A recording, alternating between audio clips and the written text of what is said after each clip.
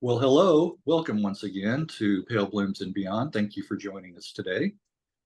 Dave Kinsman is an American musician who was the drummer in the Boston-based band Ill Wind. The band's original members were Ken Frankel, guitar, Richard Griggs, rhythm guitar, Carey Mann, bass, Judy Bradbury, vocals, and Dave on drums. During their time together, the band was quite popular playing the college and teen dance circuit in both New England and New York City. Back in the day, the band could be seen playing regularly at the legendary ballroom, the Boston Tea Party. Ill Wind would survive in different lineups from 1966 to 1973 and would release a couple of singles and one album, 1968's Flashes. Starting out playing folk, rock, and bluegrass numbers, the band would eventually incorporate psychedelic and blues influences. And over the years, Ill Wind would open shows for artists like The Who, Fleetwood Mac, the Byrds, and Van Morrison. Well, welcome, Dave. Thank you, Greg. Thank you for being here, taking time out to visit today. Well, take us back to the beginning. Where were you born? I was born in outside of Boston in Massachusetts, and grew up there. Graduated from high school, and then moved into Boston. Okay. Well, I have to tell you that you don't have that strong of a Boston accent.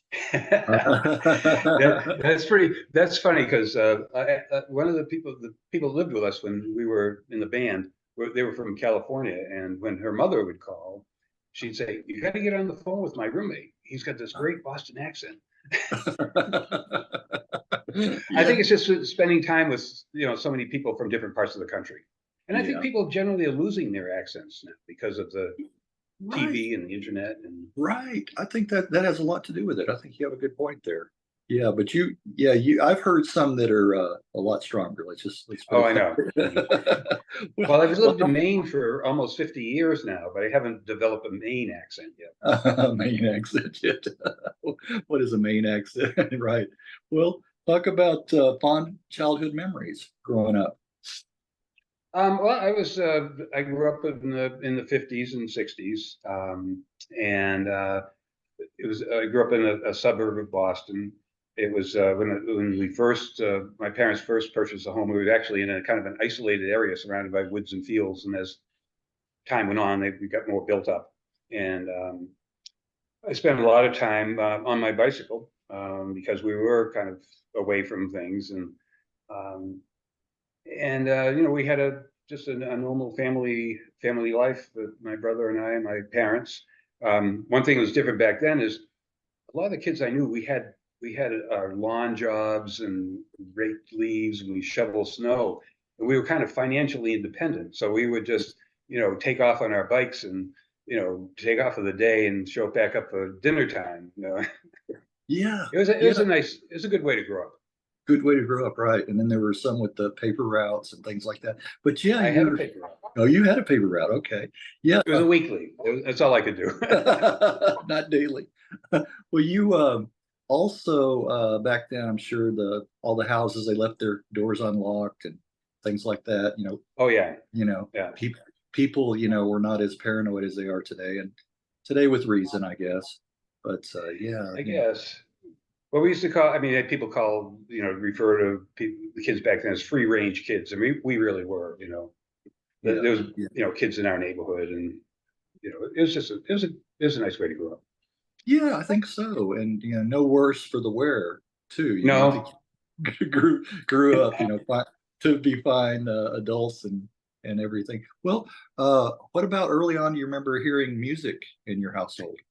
Well, music was always a part of our household. My parents, they liked music because they liked, Glenn Miller and Mitch Miller, and but my father had played drums, and the only thing he had was a pair of drumsticks and one of those wooden blocks, and sometimes he would just kind of tap away at it. And then my cousin in the next town over got into playing drums, and he actually had a drum set. So I used to go bang on that when I'd be at his down at his house, and I think then I got really interested and my father either bought or helped me buy a student drum set and had that in my room, and I'd listen to the radio and play along with it.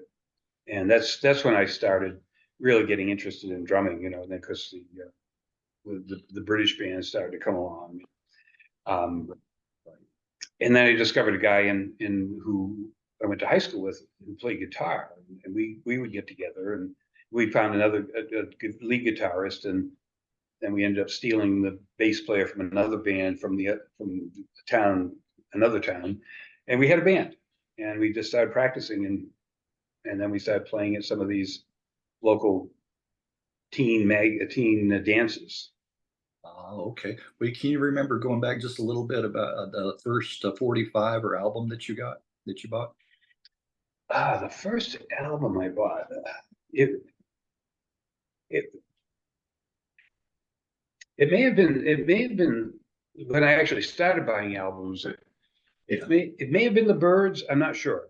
It seems like it would have been something before that. You know, I know we some of the early albums I had were the Byrds, the Kinks, Oh, and I can't remember too many of the others. But anyway, um, I think along with everybody, along with a lot of people, you know, when we saw the Beatles on the Ed Sullivan Show, we knew that's what we wanted to do. yeah, that's what you want.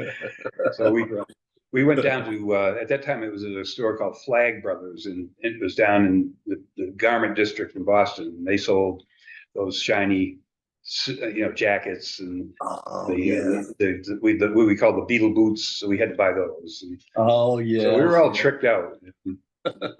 And any you know, kind of job you could get with girls screaming at you and adoring you, yeah, that's what you wanted to do. Yeah, that came later. No, but not too much screaming at first. We started playing at the you know, at the Stoneham CYO dance. That was probably one of our first gigs, and the parish priest there liked us and brought us back, and then he recommended us to another couple other dances, and so we played around that eastern North Shore part of New England and Massachusetts quite a bit. Okay. Well, how long was it until you started playing the Boston Tea Party? Did that come later? Well, that happened. I mean, this was my high school band, Oh, and I was still, yeah. Well, yeah, this is my high school. Let's go Oh back yeah, to this that. goes way back to '64 probably. Okay, I'll edit that out. I'll edit that And out. then I, you know, we all graduated from high school, and I was going off to school in to college in Boston, but I was commuting. We had a train at about a mile and a half from our house that went right into Boston, so I just, you know, walked down to the train. And What did you call yourselves? What was the band's name? the band, my high school band, was originally called the Echoes, and then when we discovered there were half a dozen Echoes, we changed our name to the Lesser Evils, A and lesser. yeah. And we actually made it to the semifinals of the Massachusetts Battle of the Bands, and but once I started going to Boston and I'd hang out at Wurlitzer's and Jack's Drum Shop, I started meeting some musicians in there, and I realized our band was a little limited, you know, and where we were going to go. Yeah. And the guy who worked at Wurlitzer's was still, you know, one of my oldest friends and one of the only guys I keep track of, Harry Sandler. I don't know if you know Harry. He used to play with he was a drummer in a band called Orpheus. Orpheus. And, oh yes. Oh yeah. yes. Well, that time he played with the Mods. Anyway, he was working at Wurlitzer's, and he told me, he says, you know, there's a sign over there that somebody's looking for a drummer. And it was some MIT students, and that's how I got in touch with Ill Wind. Oh, is he still around? Is he still around? Harry is around. He's actually, I don't know what his title is, but he's kind of the director, if you will, of the Music Museum of New England. Is that right? Yeah. What was the track? I was trying to think. I can't find the time. Was that it? Can't find the time. Yeah. Yes. Yeah. Beautiful, beautiful. Yeah. It's a nice song. It's nice. Yeah. Still gets played. Anyway. Yes, it does. Yes, it does. But they were called the Blues Crew at that time, but wanted to find a new name. So right after I joined the band, they changed the name to Ill Wind. Okay, okay. And whose idea was that, the Ill Wind? It was a song that Ken had wrote, and yeah, they you know, and as I said, I was quite a bit younger. Um, I think the next person, yeah, I was 3 or 4 years younger than the next person in the band, and I was still living at home, and so I come into this. I auditioned at Kresge Auditorium at MIT, and so there I was with my drum kit, which I had just bought. I just bought a new drum kit. I was working at the Federal Reserve Bank to make money to go to college, and I went into Jack's drum shop, and I said I was really wanted to get a drum set and how much they cost, and this guy Bob who worked there said, "Well, are you working?" I said, "Yeah, I'm working." He says, "Well, if you can give me this much money and you can pay this much a week, you can have the drum set." And I was floored. So, you know, I went home and cracked open my piggy bank and went back in and You, popped some money. right. And I walked out of there with a whole drum set. Your early experience with credit. Yeah. I don't think that you could do that today. No, I don't think so either. But I bought 2 more sets from Bob over the years. You know, Oh, so did you really? Did yeah. you really? Oh, So okay. it was a great relationship. We'll talk about music scene around you at the time. Well, there were, you know, when we went to that Battle of the Bands with the Lesser Evils, that was my first experience with meeting a whole bunch of bands and a whole bunch. Actually, some of them that were very good, better than we were, and very professional. And that may have started my thinking ahead, you know, bigger than the high school band. You know, seeing these other guys, and some of these guys who were in those bands played in bands that, you know, we played it with, you know, years later. But anyway, I think the music scene was pretty vibrant. There were a lot of local dances at that time. And I mean, we weren't a working band per se, but, you know, maybe a couple times a month we'd have a gig, and somehow we got a gig down on Cape Cod in this club. And so really? we had to travel down there. We had to rent a van, and they provided us a place to stay. But yeah, so we that was our biggest trip, our biggest road trip. Road trip. Well, how many miles was that? How many miles was that? Down the Cape, I don't know. I mean, it seemed like it was a long way. I say that it was in Provincetown, so that was really fun. I don't know if you're familiar with the geography of Massachusetts, but it's at the end of that arc there. Okay. We used to play down in Falmouth, which is we played there several times actually. So we were going down to the Cape, you know, so we were playing, and these other bands would play these same places we played. Yeah. Well, recently I had a chat with Ted Myers. You know that name? Oh, really? Yeah. He was my next door neighbor for a while. Is that right? I'll have to. Yeah, go ahead. Ilwin we rented a house out in Wellesley, and there was a whole like side street, really tree-lined street of these big old wooden houses, and they had belonged to a girls' school, and they were dormitories, and then they built real brick dormitories, and these houses were vacant, and they were too big for, you know, single families, but they were perfect for rock and roll bands. And yes. So Ted was playing with the Chameleon Church. Yeah. Yes. Yeah. And Chevy Chase was in that band. Yeah, right. And Tony Shuren. And I think a couple members of Ultimate Spinach might have been in that house too. Yeah, they were right next door. Ultimate Spinach, right. Bring it back. Yeah, it was very interesting when I first started talking to him before we recorded. I said, "Is it okay to talk about Chevy? You know, or do you not want to go there?" And he was like, "Well, why not? He's talked about me." So I said, "Okay, it's all fair game." Oh, that's interesting. Well, we talked about that. You talked about playing live, a lot of early shows playing live. We And when I let me can I back up a little bit? yeah, yeah. When I first joined Il Win, they were really just getting going. They had played, frat parties and some events at MIT because they were three of them were MIT students. And I suggested that we go to this parish priest out in my hometown because he had hired my high school band to play at the Stoneham CYO dance. And the CYO dance they had money. They had I remember they had the McCoys there. They had a couple other recording bands there. So anyway, so he hired us. I guess we had a tape, and he really liked us. So he told these other Catholic priests and other Catholic parishes, and so we ended up on the kind of the CYO's circuit, and that attracted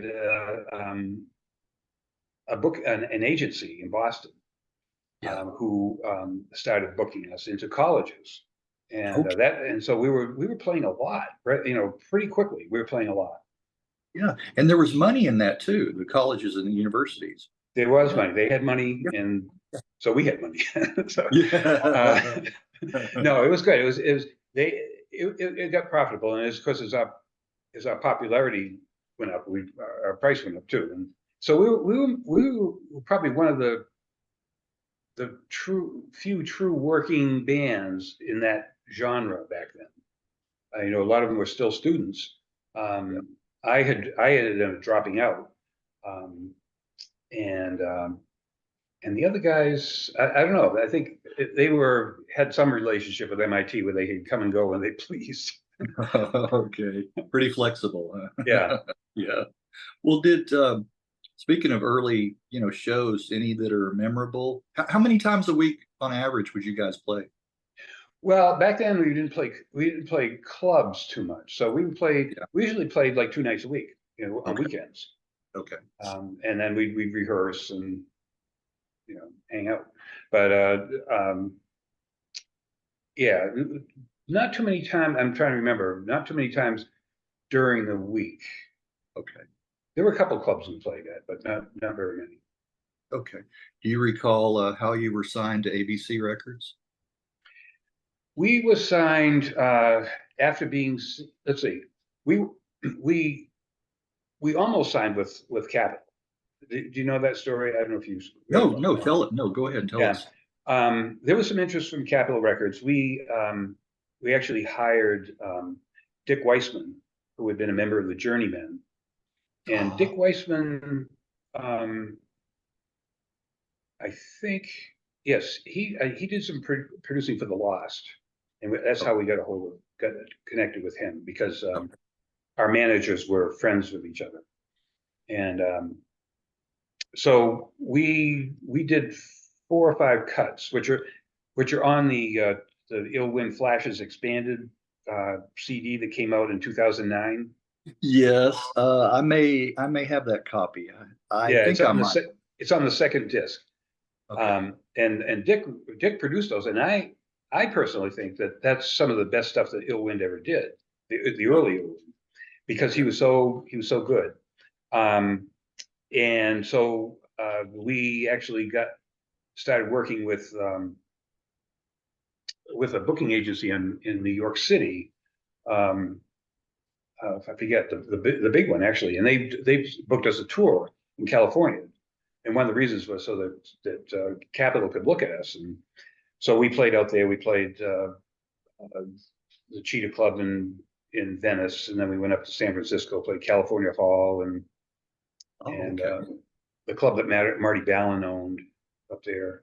Anyway, was that right around the same time? There were a flood of bands that had women singers, and so they passed on us. And, they did. But on the way back, William Morris, that was the agency, had booked us into this club in the Hamptons, and we got there and they had this big sign on the club that said "Direct from San Francisco, Il Win." Well, we were in Boston, but Yeah. we're coming direct from San Francisco because that was when anybody from anywhere from San Francisco was was an instant book, an instant job. Anyway, I think Tom Wilson saw us there at the club, and he ended up we ended up signing with him and ABC. Oh, okay. Well, let me ask you before that, talking about California, was it a little bit of a culture shock for you going to California for the first time? Well, it was for me, but because our manager and Ken and were from California, so they knew the area. But yeah, it was, and it was because we used to see a few people around Boston with long hair, including ourselves, and then you get up there and everybody's got long hair, and that was because there was no Boston Tea Party then. So we on our nights off we'd go to the Avalon and the Fillmore, and it was really cool, very cool. Okay. Well, when did you start playing Boston Tea Party? Was that a little bit later? Should we wait? It was. I think they opened in, I want to say 67, and we were there maybe the latter part of 67 was our first gig there, and then we played there a few times in 68, and maybe the beginning of 69 before we broke up for the first time. Okay, that's a little bit later. Well, you did record some demos, and after that, Judy decided to leave. Why? We recorded. We did. You talking about the recordings we did in our basement? Yes, your first demo. Oh, the first demos we did were the Hanley Sound out in Medford, and that has the song "Ill Wind" on it, and that was on that Flash's expanded album. Maybe it was the second. After the album wasn't as successful as we thought. The records weren't out there. When the publicity was out there, but the records weren't out there. And right. But so Carey left the band, and it just things were starting to fall apart.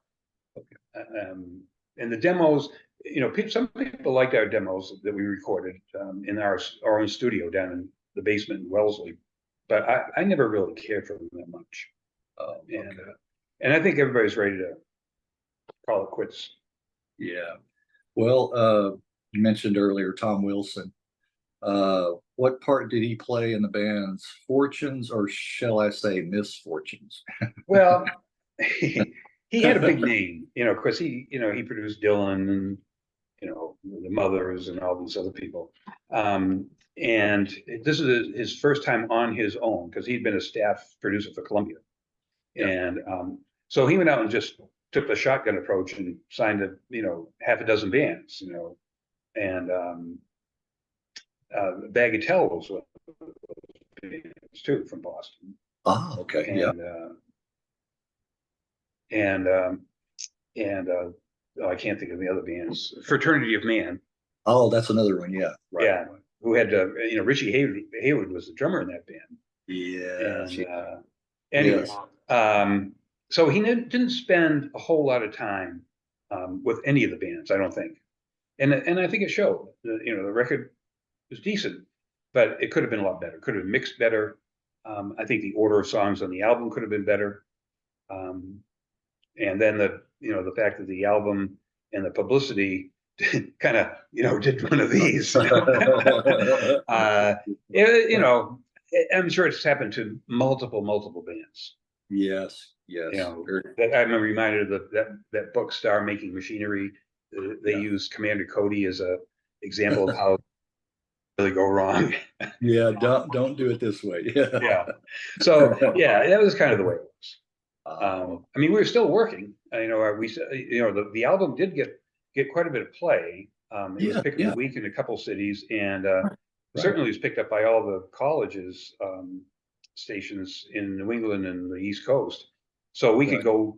We were getting booked by our agent into these colleges and making pretty good money, but we didn't have well, then Tom Wilson found out that our recording contract was up, and somehow found out, and he chose to renew it. I guess it was his option, and that's what really broke the band. That people didn't want to work with him anymore. So, right, right. And then you're like committed again. Yeah, exactly. Well, when after Judy did leave, but then Connie entered the scene. Yeah, Judy was a folk singer, really, and she was not happy with going into the San Francisco kind of sound that looked like we were headed for. Connie had been she has sung in clubs on the Jersey Shore, and she was pretty seasoned as far as being out in front of people. She had a strong voice, and it became obvious that that's who we wanted. She came up to Boston and she married an assistant professor at MIT, and so she had a day job, and that she was more than happy to leave when she joined El Wind. Right.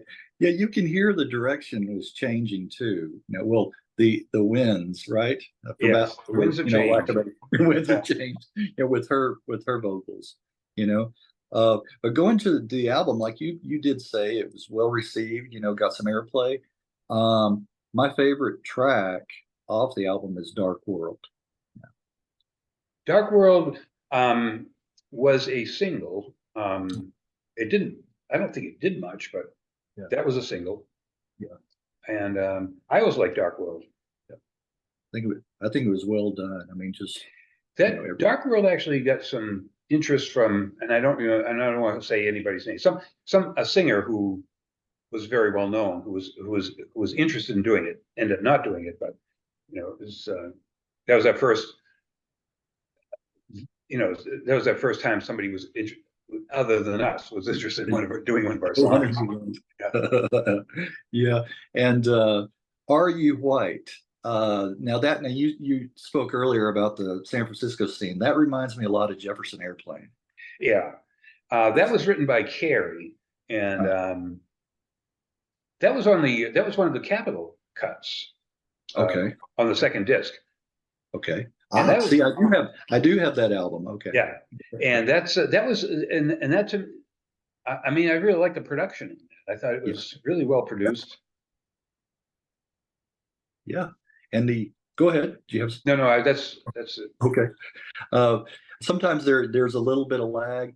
I mean, every interview that I do, it's sometimes they're a little bit. So it's like maybe he was still talking, and it's just, but.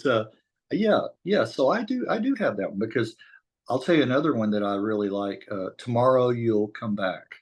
That might be my favorite. Okay. We're in line on that one. Yeah. Very much in the folk vein, that song. But that was a demo. Was that a demo? That was one of the ones we did for Capitol. Okay. And they were demos. Actually, that's what they were. They were demos to play for the folks at Capitol Records. Yeah. I really enjoyed that one. Yeah. Well, it's great that a lot of these, re-releases and companies coming out with extra tracks, bonus tracks, things like that. There was a lot of interest in the band in England. Okay. There's a teen scene that magazine over there, and I guess we were on the cover of it. I never saw it, but somebody told me it was out there, and I tried to find a back copy, and I couldn't. But and then Sunbeam Records, they're from England, and he's the one that put it together. And not only put it together, I mean, he sought out the master tapes for some of the recordings, and he actually the back of the original album. It didn't come out the way it was supposed to. It was supposed to be a negative. And if you look at the back of the double CD, that's how it was supposed to look. He fixed it. He fixed it. Wow. He fixed it. Yeah, that's taken a lot of pride in your work, doing that. Yeah, I like that. The another great label is Cherry Red. they do a great job, a bang up job in reproducing a lot of this stuff and re-releasing. But yeah, Sunbeam's another one. Yeah. Seems like there's a lot, really good quality British English labels that do that, Yeah, you see a Um, lot of stuff, just copied off of the off of the turntable or something with a right. microphone or something. Yeah. But this is, Yeah. to have it really well done, it Right. felt good. Right. Remastered and all that stuff. Remastered, Yeah. sure. And then they take a lot of time with the liner notes and the history and all that. That's what I enjoy about it. Yeah. So, buying those, I've discovered a lot of bands through their labels. Well, how was well, we talked about that, the album received. How about fans? How did they receive? Did they like the album? I think most people did. There were a couple songs on there that, of course, weren't very psychedelic for the time, like Walking and Singing, which I wouldn't have let off with myself. But I think if I were doing the album, if I were listening to the name of the song, I might have started out with People of the Night, Okay. Okay. because that kind of, to me, grabs you right up front. And Yes, that's another one. Yeah. but no, I mean, fans. We had fans. I mean, people liked us, and Yeah. we had a lot of repeat places we'd go. I can think of a couple of, well, there up and down the coast of New England, there were these casinos, and they used to be big dance halls, and now they were teen dances, and we played all of those. Which was funny because I'd go back to visit my parents. I'd say, "Oh, we played the old Orchard Beach Casino. We played the Commodore Ballroom in Lowell." And my father said, "Oh, I used to go there to hear Tommy Dorsey." So he used to dance. He was a guy about town, and he used to dance at all these places that we ended up playing, which is pretty Yeah. funny. Yeah, even the Boston Tea Party. That was what, back in the 30s, or Yeah, but uh, that did was they a rerun it? church. It was a Okay. church. Yeah. Okay. I, Okay. I don't think it was that kind of church either. I think right around the corner, though, was the church Yeah. that Donna Summer grew up in, and that was that kind of church. Okay. The Chameleon Church. The Chameleon Church. Yeah. Right. Well, uh, we're talking about live shows. What happened, do you recall, when you opened for The Who? What, do you remember? I remember it was the last gig that Carey played, and Michael Walsh was taking over on bass on the next gig. And Michael is a photographer, and he's going to hate it if he sees this. The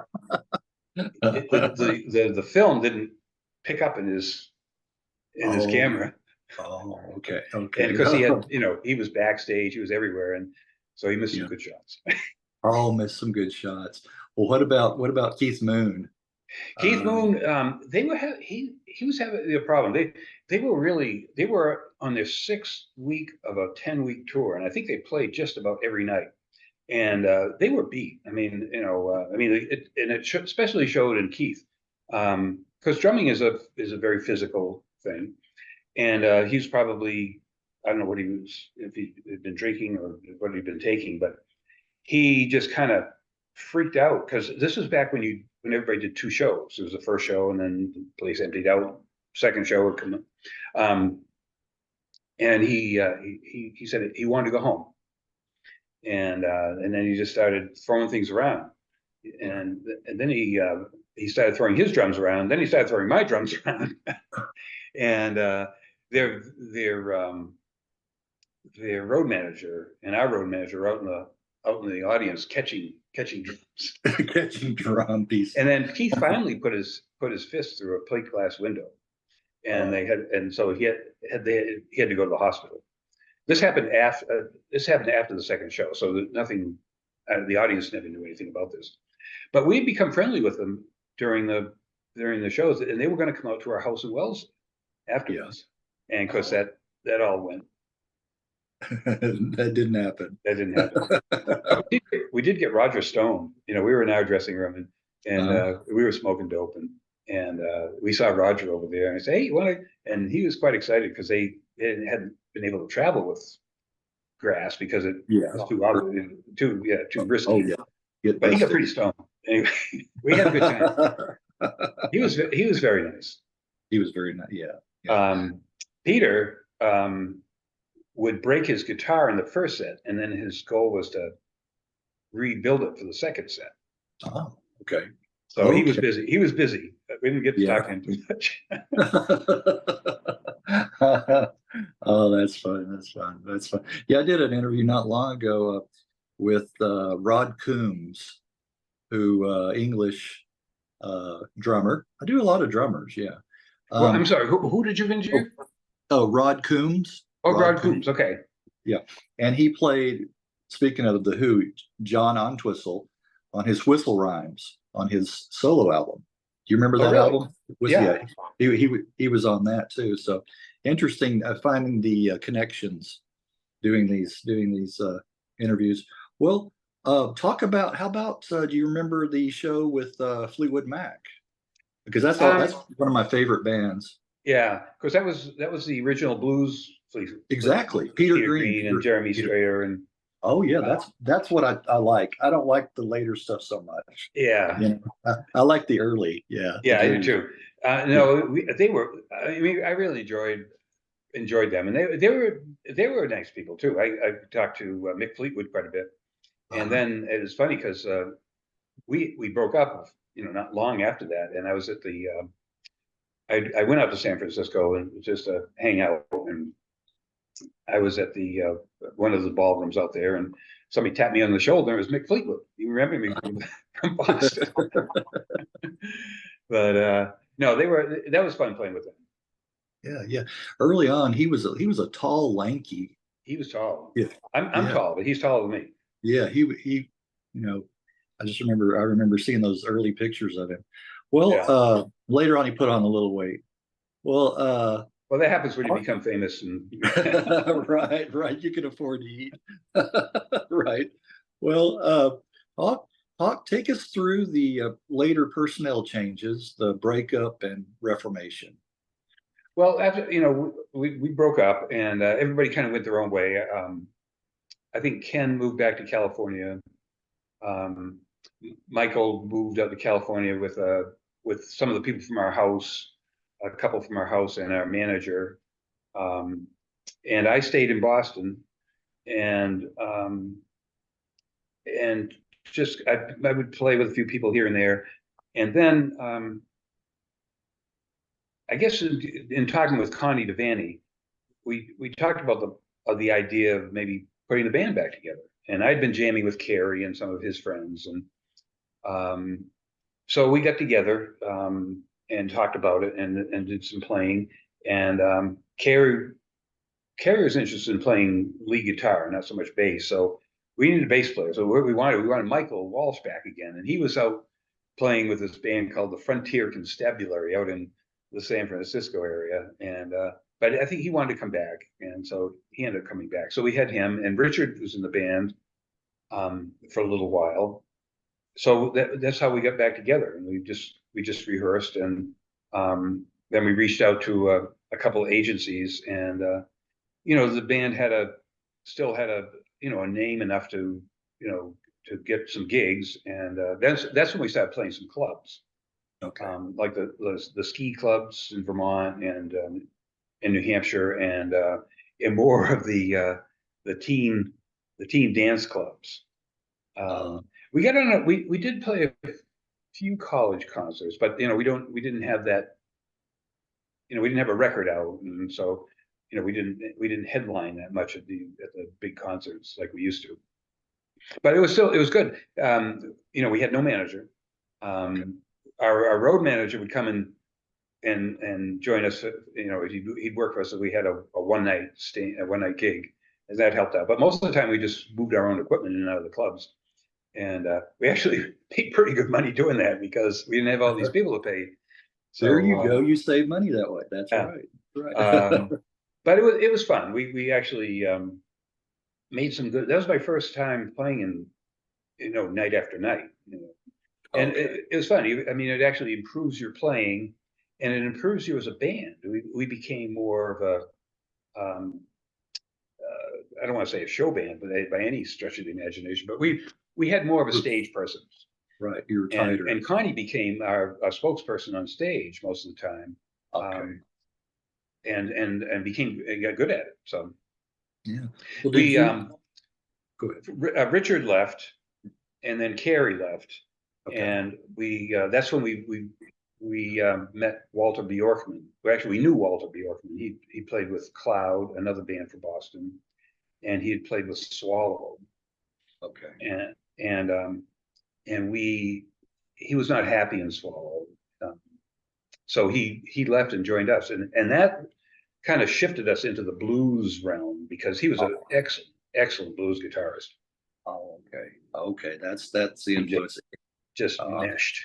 So all right. All right. So you guys really clicked. yeah. Definitely. Well, did you, in playing the clubs, did you just pretty much stay up in the Northeast, or did you branch out any further? We went into New York a couple times and played, but it was mostly, I'd have to say it's mostly the Northeast. Yeah. Okay.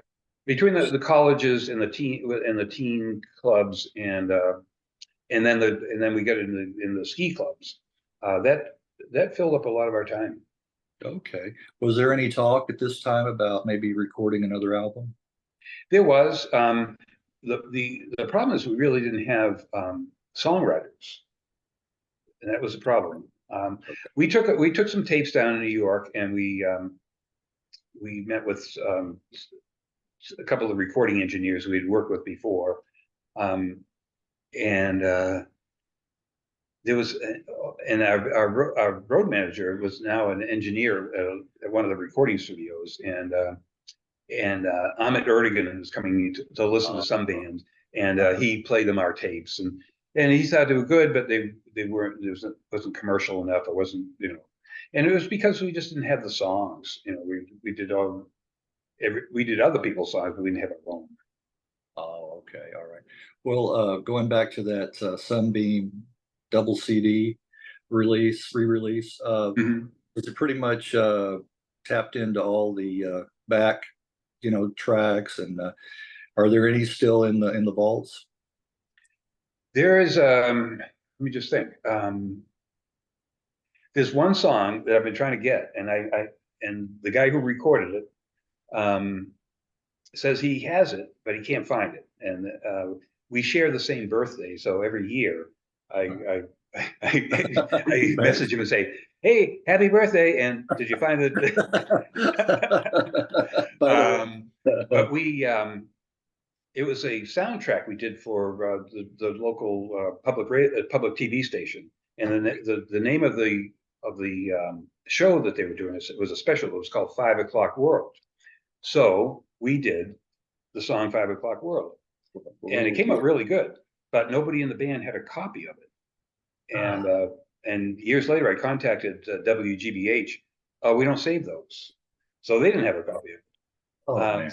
And the guy Harry, who recorded it, was on the other side of the country, and who knows what had happened to the tape? But he thinks, he's pretty sure he has it. Yeah. So that's actually the only thing. I have quite a few live recordings, but they're not. The quality isn't all that great. Right.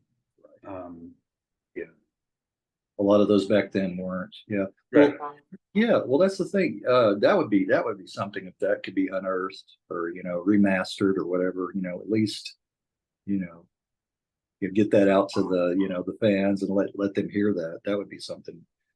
Actually, we did a live remote from a studio in Boston, and there are some things on there that haven't been released, including a very up-tempo, a high-flying bird, and a couple of songs that Connie likes. Connie always used to like to do those kind of body,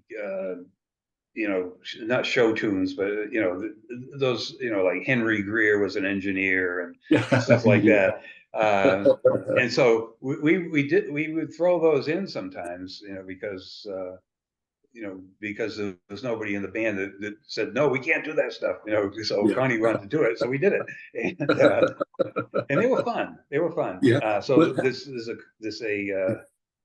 there are a couple of those on there, but these were done live. It was a live remote for the local radio station. Ah, okay.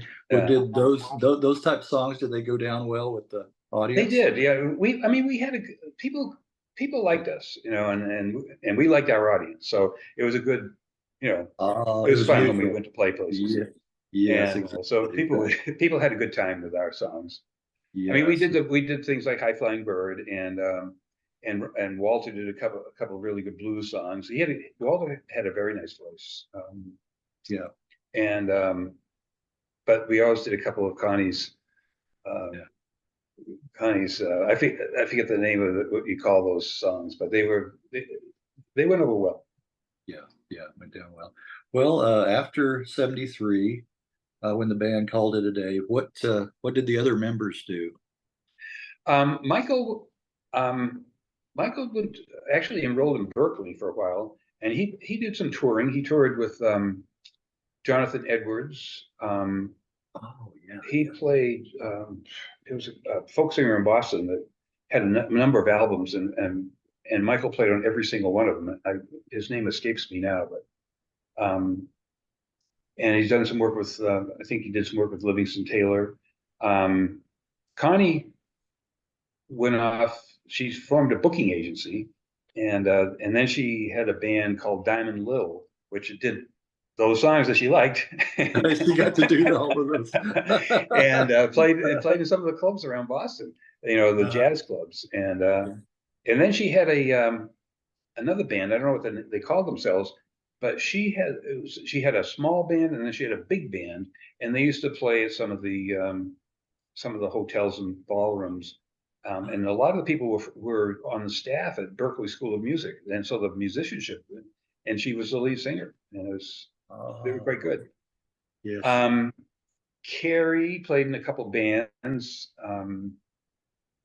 and then he got into the computer business. Ken, Ken and his brother moved to Northern California and got into real estate, and that's pretty much it.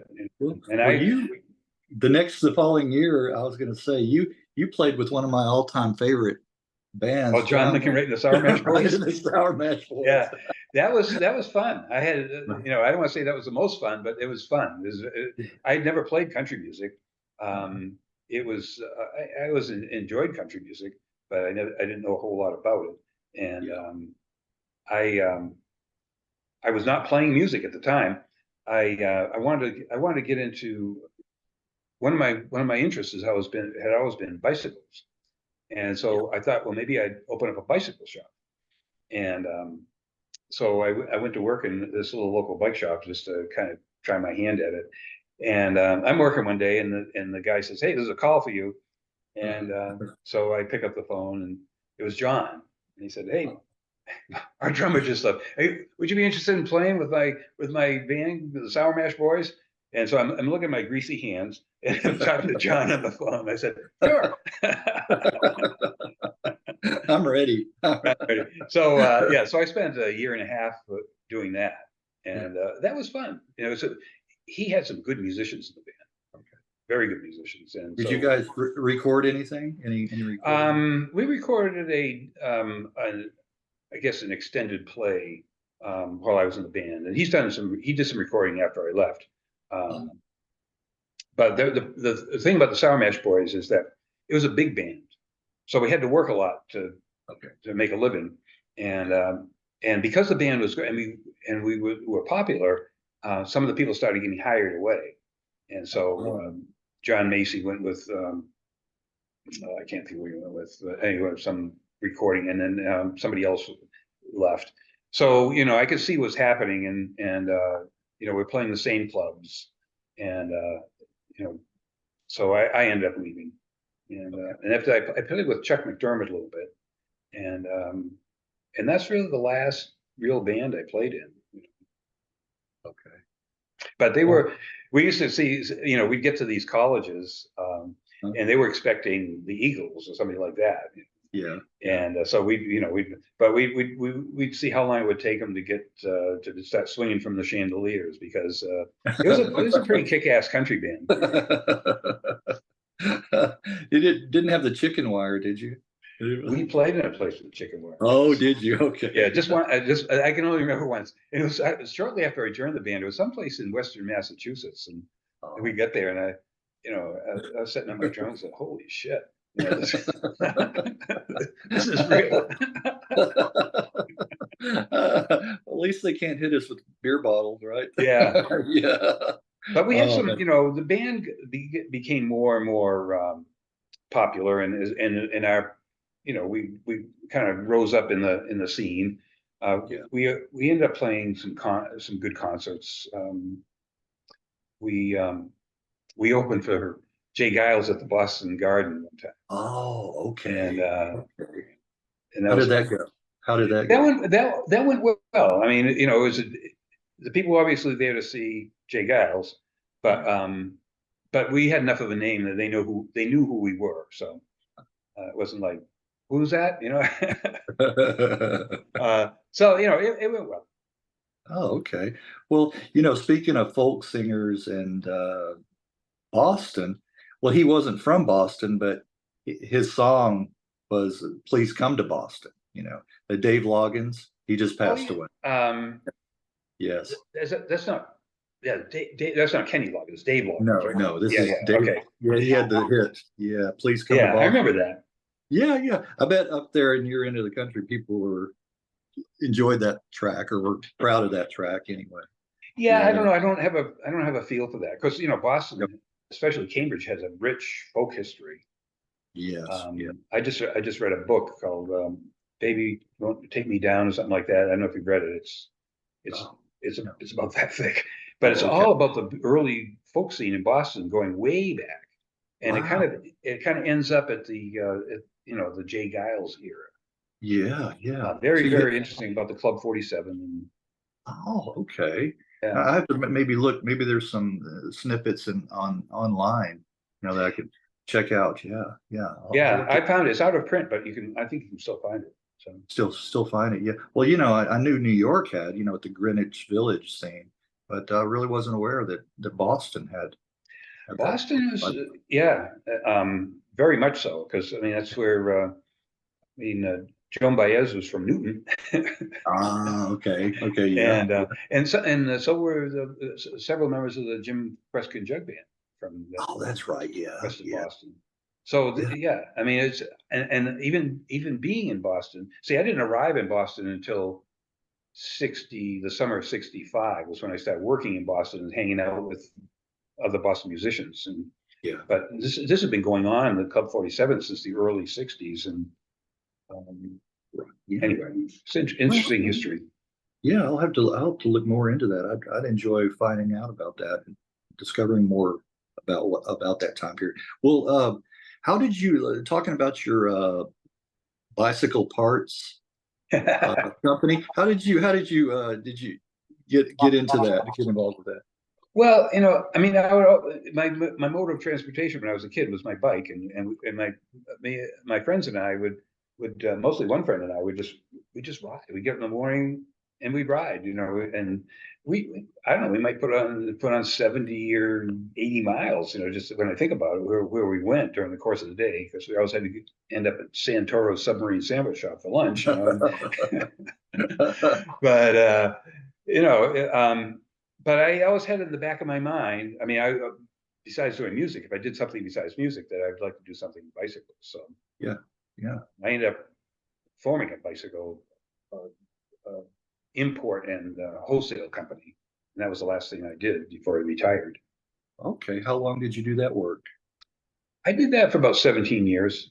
I Okay. started with a friend of mine who so that was after I left the Sour Mash Boys. And I decided I didn't want to play clubs anymore. I wanted to go into business. So I knew somebody that was selling a bicycle shop in Cambridge, and so I went down and I took the books home with me, and I had a friend who was a CPA, and he said, "Well, let me take a look." And so he looked at me, and he says, "Don't buy it." So I took him back. I said, "I'm not going to buy this store." He said, "Well, would you manage it for me? Because I want to go back to school." I said, "Okay." So I managed it, and then I decided I wanted to open up my own shop, and I decided probably I ought to do something in the wintertime. So I thought, well, I'd sell cross-country skis, because at some point I got a pair of cross-country skis and I kind of liked that. And so I went over and worked for a cross-country ski retailer, and who also had a bike shop. And right after I started working there, the guy who ran the bike department got fired, and they were going to close it down. And so I went to the owner of the company. I said, you know, I used to manage a bike shop. I could run this for you if you wanted to. And he said, okay. So I did, and then I started doing some buying for the company, and then I ended up moving to Maine to manage one of their stores. And this guy who I worked with before said, you know, I'm doing some importing. We should start a company. So we did. We started this company, and we imported parts from different countries, and because of my contacts with this company I worked for, we were able to get opened up by some manufacturers, and it just kind of grew, you know. Yeah, yeah. Well, talk about being in the right place at the right time too. You know, in both instances. Yeah. Yeah. Yeah. Well, yeah. It was right at the birth of mountain biking. So yeah, when people started to break parts, we sold more parts. You sold more, yeah. Yeah. You Anyway, it was it was an interesting segue from music to outdoor sports, and I'm still a cyclist to this day. Oh, are In fact, you? when we get Okay. done here, I'm going to take my mountain bike out for a little cruise. And Oh, are you? Okay. Yeah. And that keeps you in good health and good shape too. Yeah. I try. You know, I'm not a hardcore racer. I've never raced, but I just enjoy it. I enjoy getting out there. Okay. Well, what else is keeps you busy besides the cycling or riding the bike? Well, I have a couple properties, and that keeps, I keep busy, working on them, and I like to paddle. I have a solo canoe that I paddle, and Oh, okay. you know, visit with my kids, and it kind of keeps me busy. Yeah, I And my was gonna wife, say. I do a lot with my wife. She likes to road bike ride, so we ride a lot together. Oh, We live okay. we border the national forest, so we do a lot of hiking. Okay. I was gonna ask you about where you're located. Okay, so Yeah. that's some pretty scenery. Pretty, yeah. Yeah, it's nice. So we're out in a pretty remote area, but we're on a pond, so we've got Uh, water. okay. Yeah, that But sounds. yeah, so I mean, it's like when I retired, I got involved in various things. I've been involved in this in a bicycle pedestrian trail for Oh, about okay. 20 years. And in fact, I just stepped down as the president of that. So that took up a lot of my time. Um, so I keep pretty busy. Yeah, yeah. Well, sounds like it. Sounds like it. Well, can you think of kind of coming to a close here or nearing close? You think of anything else you'd like to mention, looking back on your music career or anything that you'd No, like to? it was just a fantastic time to be in the music world. Yeah. I mean, as we know, the music was great. It was all new. Everything people were doing was new, and so it was fun, coming up with new things that had never been done before. And um, I feel just so lucky to have been part of that era of music. And they're memories that I have that other people won't have. And so I mean, I do have regrets that we never made it into the upper echelon or the big time. But playing with all those bands, meeting all those people. I mean, we played with Moby Grape Oh, the birds, and the birds. Byrds, and even people like the Buckinghams. And we actually backed up Chuck Berry because he traveled by Ah, himself, and that was a lot of fun. That was fun yeah, actually playing with the man, And right, right. I found a lot of people I've talked to back to Chuck Berry. He must have worked with a lot of different because he didn't have his own band. Was no, the he would thing. travel by himself, and Right. and uh, well, the funny thing is when he did show up, we had our road managers set us up, and we were just kind of tuning and stuff. And he walks in, and I guess it was Carey asked him, said, "So do you want to rehearse?"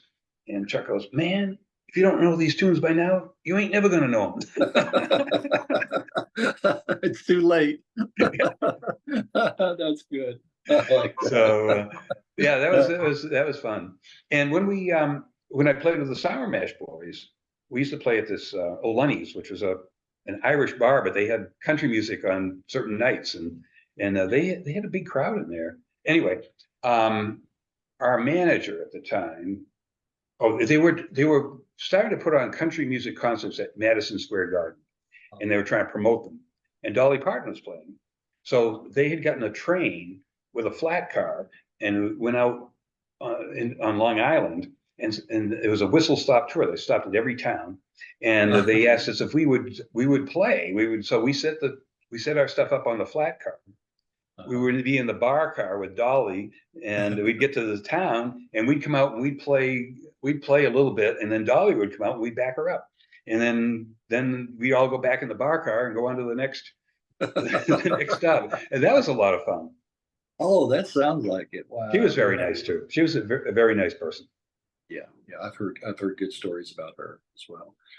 All right. Well, I do appreciate it. Well, this Again, is fun. It's always fun Dave? to relive Yeah. those days, and I appreciate that people are interested still. So. Yes, yeah.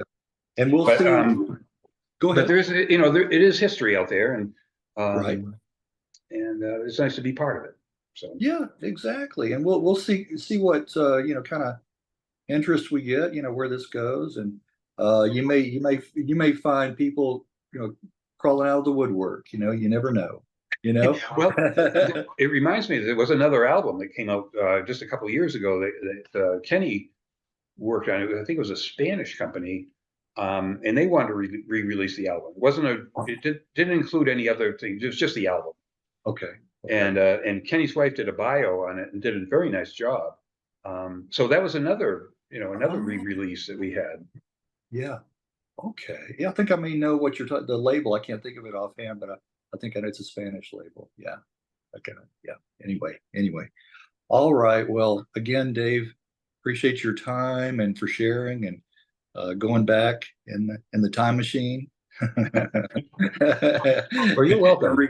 And recalling all this. So I will send you a link to this. Usually takes me, I'll do these on the weekend, and then the following weekend is when I do any editing, Okay. and then I'll send you the link, and you can post it on your social and, let people know. Okay, great. Well, thanks All right. again. It was really a pleasure meeting you. Pleasure meeting you too, and chatting with you and visiting, and all the best to you. Okay, Dave? Okay, thanks. All right, All take right. care.